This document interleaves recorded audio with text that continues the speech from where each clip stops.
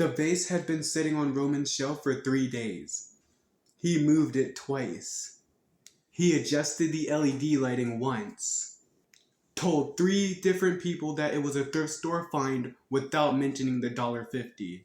It looked like a regular vase.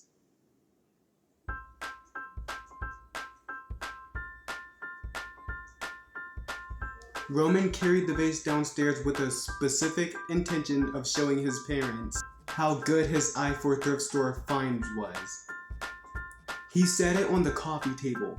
He stepped back and waited for their reaction. It has a crack on it. This is character, Dad. It is cracked, Roman. I think it's lovely, sweetheart. Thank you. See? Character. It was $1.50. Stymie, from the clearance bin. Mr. Dixon slowly turned to look at Roman. The point is that I saw something very interesting at a thrift store and I thought I would just show my family. He reached over to pick up the vase and then something shifted inside of it. A small sound, like paper. Roman stopped. Did you hear that? Hear what? Roman picked up the vase carefully and tilted it. Something slid inside. He turned it upside down carefully, and a small piece of paper fell out onto the coffee table. Everybody looked at it. Oh, how fun! Like a fortune teller! Do not open that. Dad. Roman, strange notes inside clearance bin vases are not things you open. What's the worst that can happen? Stymie and Mr. Dixon looked at him with the same exact expression. I'm opening it.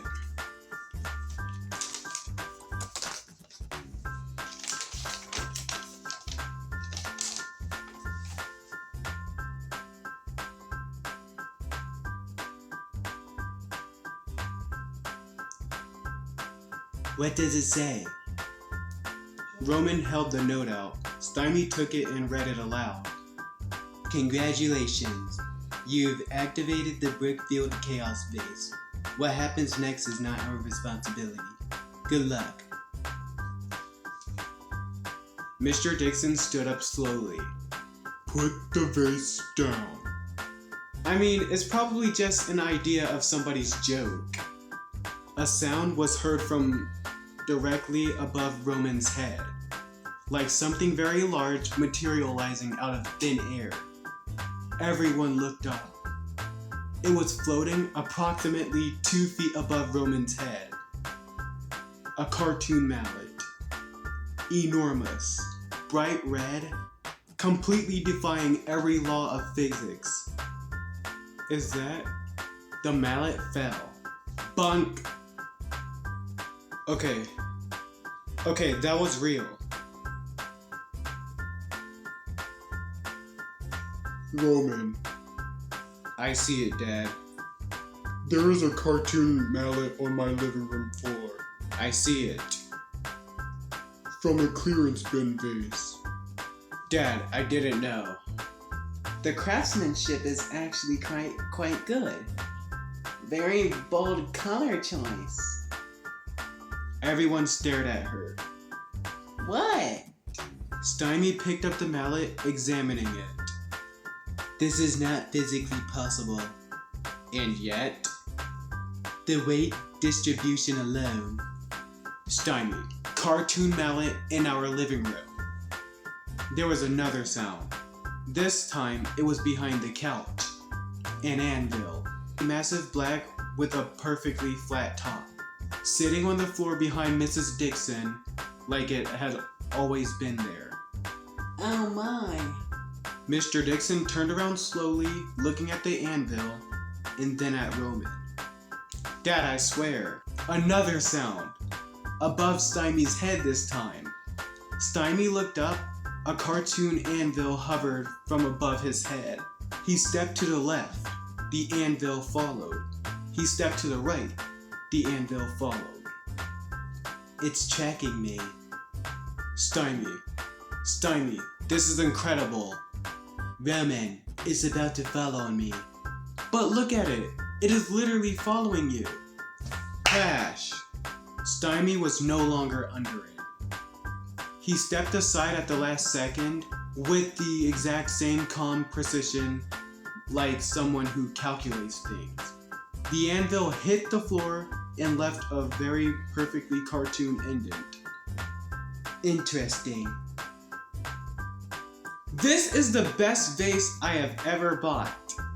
It was $1.50, Roman.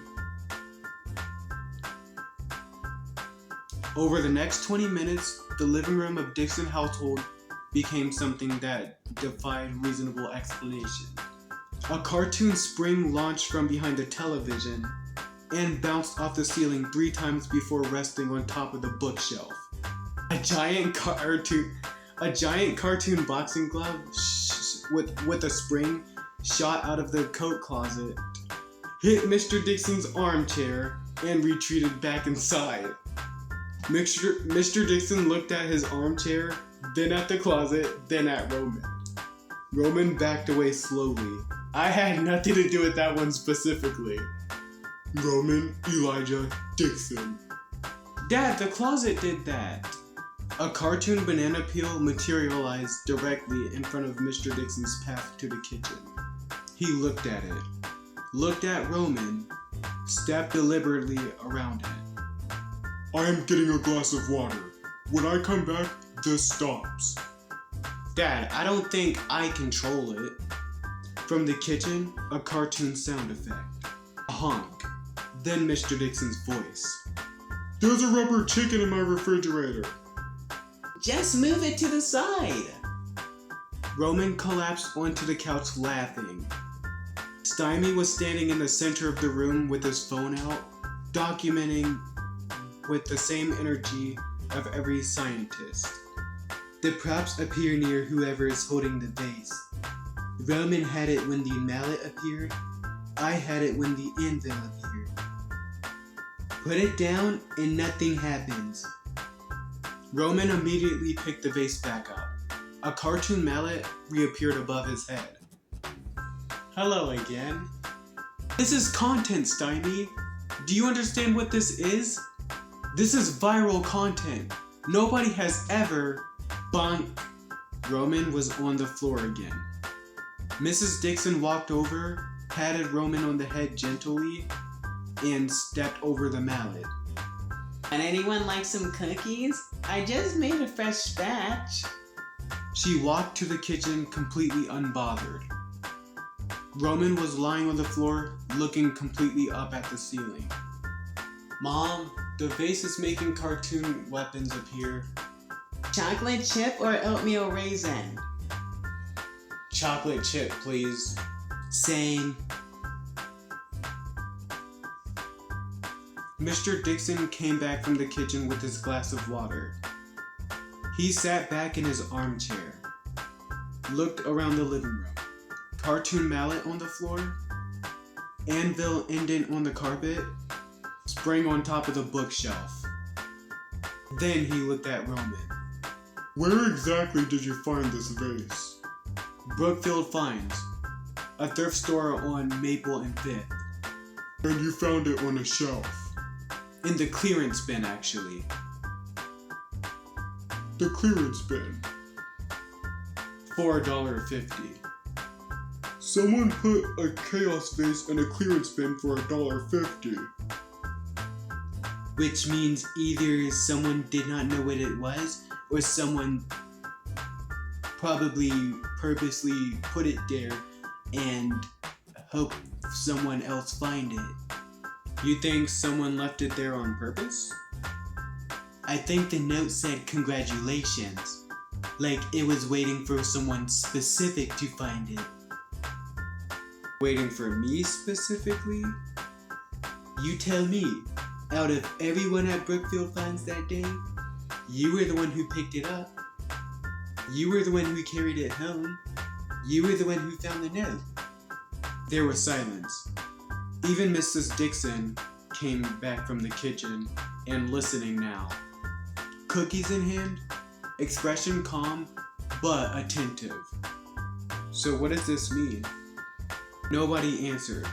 The vase sat on the coffee table. Blue, black, and white. See-through glass with spiraling pattern. A hairline crack on the left side. Character. Roman put the vase back on his shelf that night. Steiny went home with more questions than answers. Mr. Dixon replaced the rubber chicken with a note that said, "Do not ask." Mrs. Dixon finished her cookies, and the vase sat on Roman's shelf. Blue, white, and black. Perfectly still. But Roman kept thinking about what Steiny said. Somebody wanted someone to find it. Why him? We'll find out in the future. Leave a like and subscribe so you never miss the next one. Until then, I'm Xavier Gathers, and this is where we gather. You guys are rock stars, and I hope you guys have a great day.